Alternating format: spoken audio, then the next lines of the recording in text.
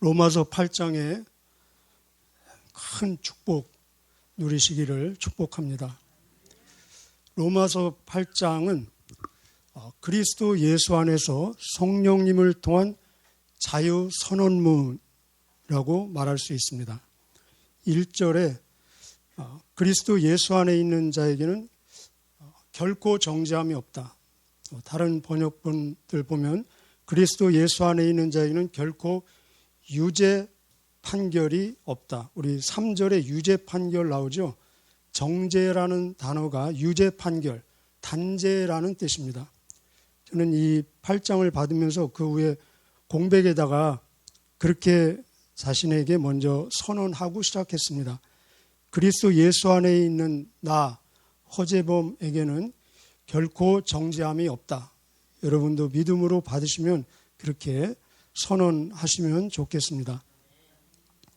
이 정죄, 오늘 단어 중심 단어는 정죄라는 단어에 집중해서 끝까지 볼 것입니다. 이 정죄라는 단어는 법적 용어입니다. 우리 로마서에서 법적 용어가 많이 나오는 걸 봤습니다. 이신 칭의할 때 칭의도 법적 용어, 재판석에서 선언하는 선언적 용어입니다. 그래서 이 정죄는 유죄 판결, 사형 선고입니다. 사형 언도, 영원한 죽음, 지옥에서의 형벌이 정죄, 유죄 판결입니다. 아마 우리 중에는 그런 경험이 있는 분이 거의 없으실 것인데, 만약에 우리가 이 세상에서 1심에서 사형 선고를 받았습니다.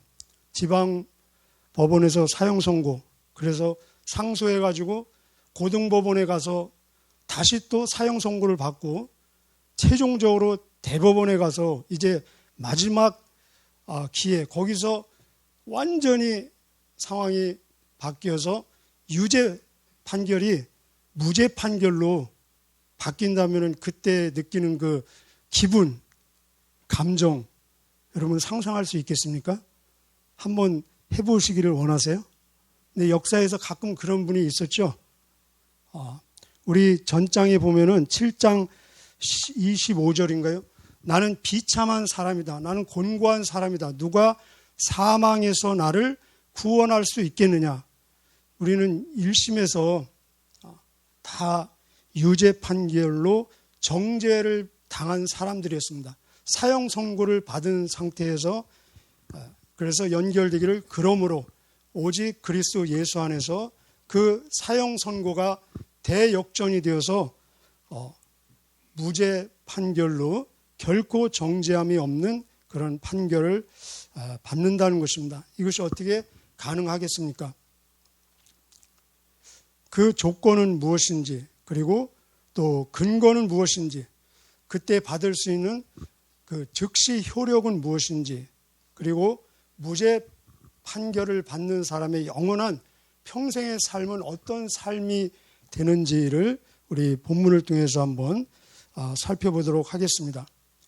이 정죄함이 없는 무죄 판결을 받을 수 있는 단 하나의 유일한 조건은 예수 그리스도 안에 있는 것입니다. 우리 1절 다시 한번 읽어보실까요? 시작. 그러므로 이제 그리스도 예수 안에 있는 사람은 정죄를 받지 않습니다. 아멘. 조건은 딱 한 가지, 예수 그리스도 안에 있는 것입니다. 이것을 하나님께서는 시청각으로 그림으로 보여주시는 것이 사실 구약 이야기입니다. 우리 출애굽 사건에서 첫 아들이 죽음을 피할 수 있는 유일한 조건은 딱 한 가지, 그 문에 피 바르는 것 아니었습니까? 그 첫 아들이 누구인 전혀 상관없이 문에 피가 있느냐 없느냐, 그 조건 하나였습니다. 광야에서 뱀에 물린 사람들이 그 치료를 받을 수 있는 유일한 조건은 그 사람이 누구냐, 어떤 행동을 했느냐 전혀 상관없이 이 장대에 매달린 구리뱀을 쳐다보는 것, 그 조건 딱 하나였습니다. 이스라엘 사회에서 살인자가 죽음을 피할 수 있는 유일한 조건은 딱 한 가지, 도피성 안에 들어가는 것 딱 한 가지였습니다. 이런 그림을 통해서 하나님은 계속해서 보여주고 싶었던 사실, 영원한 진리는 바로 예수 그리스도 안에 있는 것이 정죄를 당하지 않는 유일한 조건이다. 그렇다면 예수 그리스도 안에 있다는 것은 무엇을 말합니까? 우리가 다 알고 있는 내용입니다. 바로 예수님이 나의 죄를 위해서 죽으시고 부활하심을 믿고 그 주님을 나의 주님 구원자로 영접하고 고백하는 것입니다. 그리고 예수 그리스도 안에 있다는 것은 우리 6장의 근거에서 예수님의 죽음과 부활과 연합해서 예수님의 죽음이 나의 죽음, 예수님의 부활이 나의 부활이라고 예수님과 연합하고 예수님이 내 안에 계시고 내가 예수님 안에 계셔서 예수님과 교제하며 사귀는 삶을 사는 것이, 진짜 살아내는 것이 예수 그리스도 안에 있는 것입니다. 그렇다면 예수 그리스도 안에 있는 이 조건 하나가 어떻게 우리를 영원히 이 정죄함을 받지 않는 무죄 선결을, 무죄 판결을 받을 수 있는 근거가 되는가? 이게 법적 용어라고 그랬죠. 법 원칙에서 가장 기본적인 원칙 중에 하나가 이 세상법이든 하늘법이든 동일하게 적용되는 하나의 원칙이 있는데 일사부재리의 원칙입니다. 한 번 처결된 사건은 두 번 다루지 않는다는 원칙입니다. 하나님도 그 원칙을 철저히 지켜주시는 것을 볼 수 있습니다. 그 근거를 한번 보시겠습니다. 3절 한번 읽어보실까요? 3절 시작. 율법이 죄의 본성 때문에 연약하여 할 수 없었던 것을 하나님께서는 죄를 없애기 위해 자신의 아들을 죄 있는 사람의 모양으로 보내셨으므로 행하셨습니다. 하나님께서는 죄인들 속에 거하고 있는 죄에 대해 유죄 판결을 내리셨습니다. 여기 유죄 판결이 뭐라고 했습니까? 정죄라고 그랬죠. 그죠?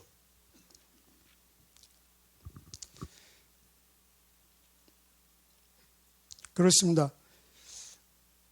예수님 안에서 이미 그 정죄의 대가를 이미 다 치루었고 해결이 됐다는 것입니다. 우리의 죄 때문에 예수님이 오셨습니다. 죄 있는 모양, 이 말은 사람이 되셨습니다. 그리고 육신의 죄를 정하셨다는 것은 우리의 죄를 또 맡으셨다는 것입니다. 죄가 없으시기에 가능한 것이죠. 이미 다 예수님 안에서 우리의 죄가 유죄 판결을 받고 정죄를 이미 당하고 다 해결이 되었다는 것입니다. 그래서 예수님이 우리의 모든 죄를 다 떠맡아서 예수님이 십자가에서 돌아가실 때 이미 우리가 그때 우리의 죄가 예수님 안에 있었기 때문에 그때 유죄 판결을 받고 사형 선고를 받고 죽었기 때문에 다시 죽지 않는다는 것입니다. 아무리 흉악범도 두 번 사형 당하지 않지 않습니까? 한 번 죽으면 그것으로 충분하지 않습니까? 그래서 베드로전서 2장 24절에 보면은 예수님께서 친히 나무에 달려 그 몸으로 우리의 모든 죄악을 떠맡으셨으니, 담당하셨으니 다 죄가 그로 옮겨졌다는 것입니다. 우리가 잘 아는 이사야서 53장 6절에도 우리는 다 양 같아서 각기 제 길로 갔거늘 여호와께서는 우리 모든 무리의 죄악을 그에게 담당시키셨도다라고 말씀하고 있습니다. 그래서 예수님 안에서 우리는 이미 다 정죄를 당한 것입니다. 그런데 이것도 부족해서 성령 하나님께서 함께 보증하고 변호인으로 그 예수님의 떠맡은 그 죽음이 유효하다는 것을 계속해서 보증하고 공증하고 변호하고 계시다는 것입니다. 이것이 바로 히브리서 9장 14절에 보면 그런 말씀이 있습니다. 영원하신 성령님께서 예수 그리스도의 흠없는 피 드림을 보증하셔서 바로 그 피를 통해서 우리가 모든 불의로부터 깨끗함을 받게 되었다라고 설명하고 있습니다.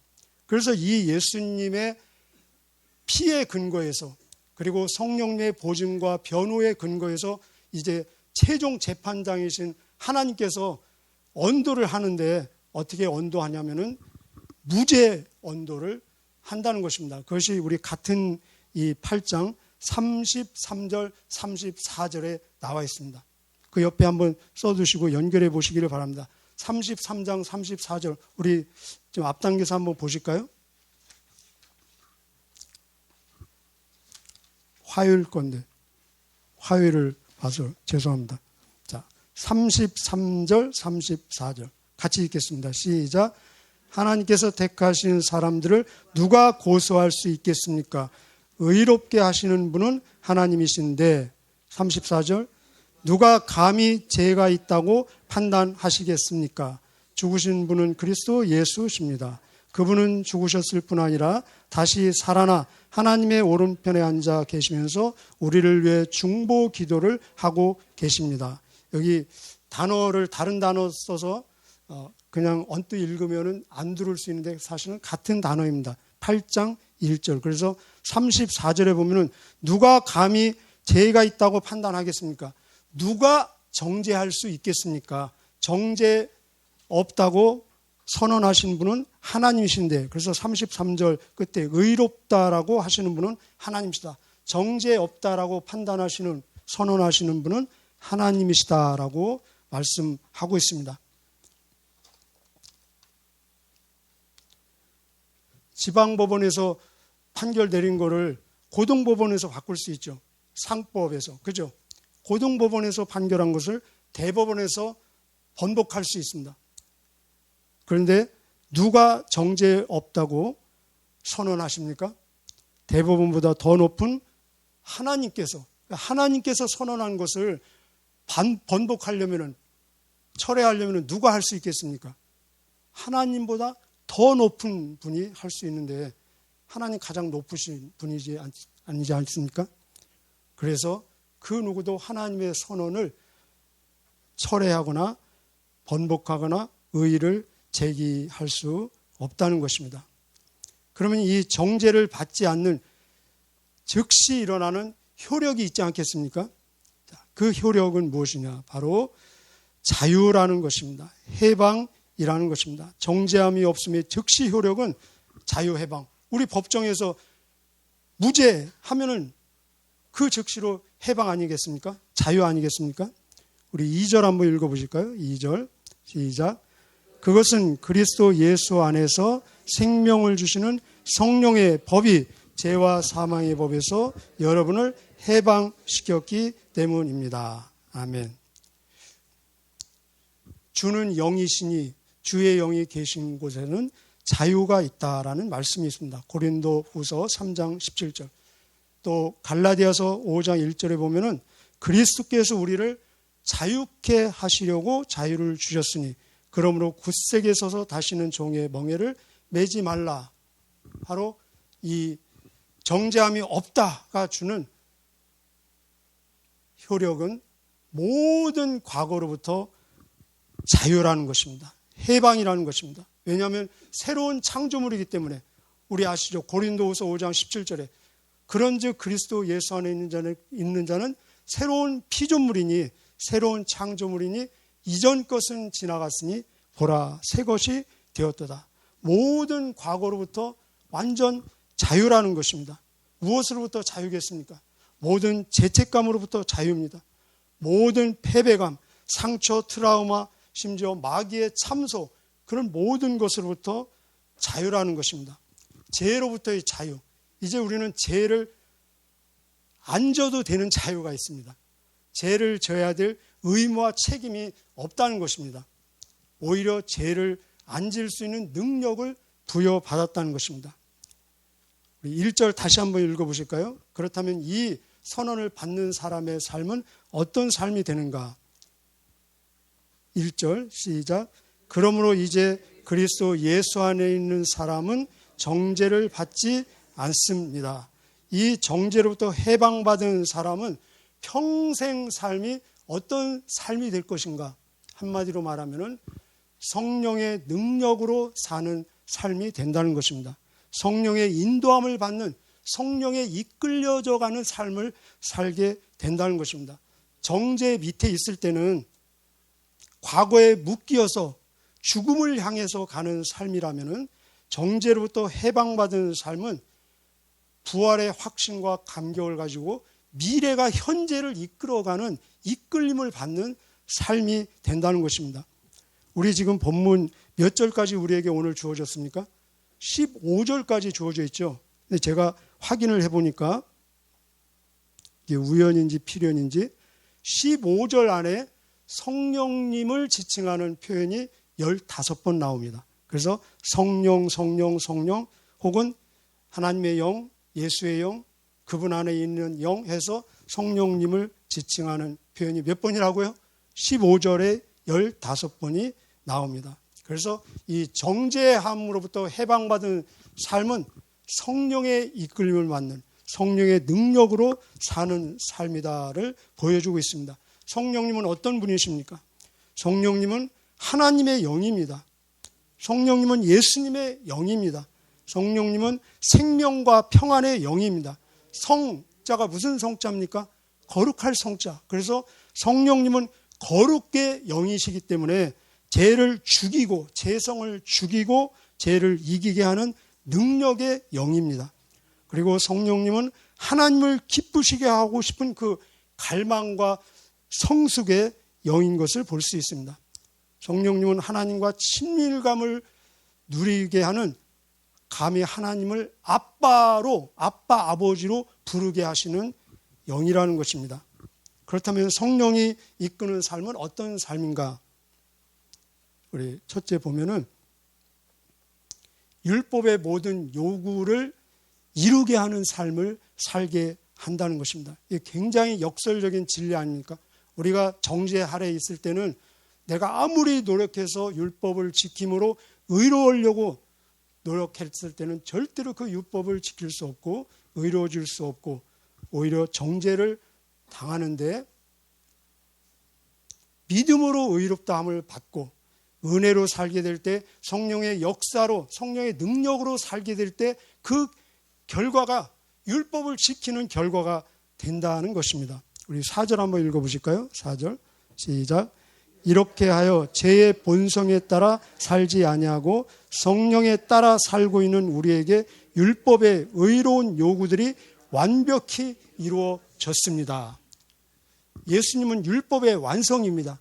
그렇다면 우리가 예수님 안에 있으면은 내 안에 계신 예수님을 통해서 이미 율법이 완전히 이루어졌고 그리고 우리의 삶은 성령의 능력을 따라서 은혜로 사는 삶이 결과적으로 보게 되면은 율법을 이루는 삶이 된다는 것입니다. 성령의 역사를 따라서 사는 삶은 어떤 삶이냐? 바로 생각이 거룩해지는 삶이라는 것입니다. 여러분 생각이 있으시죠? 그죠? 이 생각은 우리의 언어를 만들어내고 행동을 만들어내고 습관을 만들어내고 인격을 만들어내고 인생을 만들어내고 여러분 들어보셨죠? 그런데 이 생각이 거룩해지는 삶, 우리 5절부터 7절까지 생각에 좀 체크하시면서 5번 나옵니다. 같이 읽겠습니다. 5절부터 7절. 죄의 본성을 따라 사는 사람들은 제 본성이 바라는 일을 생각하지만 성령을 따라 사는 사람들은 성령이 바라시는 일을 생각합니다. 죄의 본성의 지배를 받는 사람의 생각은 죽음이지만 성령의 지배를 받는 사람의 생각은 생명과 평강입니다. 죄의 본성이 생각하는 것은 하나님을 거스리는 것입니다. 그것은 하나님의 법에 복종하지 않을 뿐 아니라 할 수도 없습니다. 그렇습니다. 생각이 거룩해지는 삶. 이 생각은 모든 우리의 경향과 관심과 애정과 목적의 대상이 예수님에게 집중하도록 만든다는 것입니다. 여러분 우리의 생각을 한번 체크해 보시길 바랍니다. 정말로 나로 하여금 집중하게 하고 몰입하게 하게 하는 그 관심사가 무엇인지, 나는 지금 무엇을 위해서 나의 힘과 시간과 물질을 사용하고 있는지, 나는 지금 어디에 관심을 두고 내 모든 에너지를 쏟고 있는지, 그 중심, 그 목적은 바로 하나님을 기쁘시게 하는 것에 생각이 모아지게 된다는 것입니다. 그렇다면 구체적으로 하나님을 어떻게 기쁘게 할 수 있겠습니까? 8절에서 11절 읽겠습니다. 8절에서 11절 시작. 제 본성의 지배를 받은 사람은 하나님을 기쁘시게 할 수 없습니다. 그러나 하나님의 영이 여러분 안에 계시다면 여러분은 제 본성의 지배를 받지 않고 성령의 지배를 받게 됩니다. 누구든지 그리스도의 영이 없는 사람은 그리스도에게 속한 사람이 아닙니다. 여기 그리스도의 영 누구실까요? 성령님이시죠. 10절. 반면 그리스도께서 여러분 안에 계시다면 여러분의 몸은 죄 때문에 죽은 존재이지만 여러분의 영은 의 때문에 살아 있습니다. 11절에도 성령이 두 번 나옵니다. 11절 읽겠습니다. 예수님을 죽은 사람들 가운데서 다시 살리신 분의 영이 여러분 안에 살아 계시면 여러분 안에 계신 그분의 영으로서 여러분의 죽을 몸도 살리실 것입니다. 바로 성령의 역사, 성령의 능력을 따라서 성령의 인도함을 받는 삶은 부활의 확신과 감격 속에서 예수님을 고백하고 예수님을 증거하고 예수님의 생명을 살아내는 삶이 된다는 것입니다. 갈라디아서 2장 20절. 내가 그리스도와 함께 십자가에 못 박혔나니 그런지 이제 내가 산 것이 아니오 내 안에 그리스도께서 사신 것이라. 내가 이제 육체 가운데 사는 것은 나를 사랑하사 나를 위해서 자기 몸을 버리신 하나님의 아들을 믿는 믿음 안에서의 삶이라. 좀 길죠. 한마디로 말하면 내 안에 계신 예수님의 생명을 살아내게 된다. 성령님의 역사를 통해서. 그래서 고린도전서 12장 3절에 보면은 누구든지 성령이 아니고는 예수를 주로 말할 수 없다. 우리가 기도할 때 가장 많이 쓰는 호칭이 뭡니까? 주님, 아버지 아닙니까? 근데 성령이 아니고는 예수님을 주로 부를 수 없고 여기 이제 15절 나오는데 성령이 아니고는 하나님을 아버지로 부를 수 없습니다. 여러분, 내가 감히 하나님을 아버지로, 아빠로 부른다는 거, 예수님을 주님으로 부른다는 거, 이게 보통 사건이 아닙니다. 성령님이 그렇게 하게 하시는 것입니다. 자, 끝으로 성령님은 아까 말씀드린 대로 하나님을 아빠, 아버지로 부르게 하고 우리를 거룩한 빚쟁이로 살게 만듭니다. 놀라운 역설이 아닙니까? 12절부터 15절까지 읽겠습니다. 시작. 그러므로 형제 여러분, 우리는 빚을 진 사람입니다. 그러나 제 본성을 따라 살아야 하는 제 본성에 빚진 사람이 아닙니다. 제 본성에 따라 산다면 여러분은 죽을 것입니다. 그러나 성령의 도우심을 받아 몸에 악한 일을 죽인다면 여러분은 살 것입니다. 왜냐하면 하나님의 영으로 인도받는 사람들은 누구나 하나님의 자녀이기 때문입니다. 여러분이 받는 성령은 여러분을 다시 두려움에 이르게 하는 노예로 만드는 영이 아니라 여러분을 하나님의 자녀가 되게 하는 영이십니다. 그래서 우리는 그 성령을 의지하여 아바, 아버지라고 부를 수 있는 것입니다. 여기 아바는 아람어로 지금 애들이 부르고 있는 아빠입니다. 그래서 가장 친밀감의 극치를 표현하는 단어가 아빠, 아바, 아버지입니다. 우리 12절에 나왔죠? 12절에 우리는 빚진 사람입니다. 한번 따라해 보실까요? 나는 빚쟁이이다. 그럼 빚은 갚아야 되겠죠? 전에도 빚쟁이였습니다. 그런데 정죄함을 받지 않는 해방받은 상태에서 또다시 빚쟁이가 되었습니다. 이 빚은 어떤 빚이겠습니까? 로마서에 보면은 근거하면은 복음의 빚쟁이입니다. 사랑의 빚쟁이입니다. 은혜의 빚쟁이입니다. 세상에서 빚은 우리의 삶을 억누르는 것이라면은 이 복음의 빚, 생명의 빚, 사랑의 빚, 은혜의 빚은 우리로 하여금 살게 하는 원동력이 된다는 것입니다. 그런데 희한하게도 이 빚은 갚으면 갚을수록 없어져야 되잖아요. 그런데 이 빚은 갚으면 갚을수록 오히려 더 커진다는 것입니다.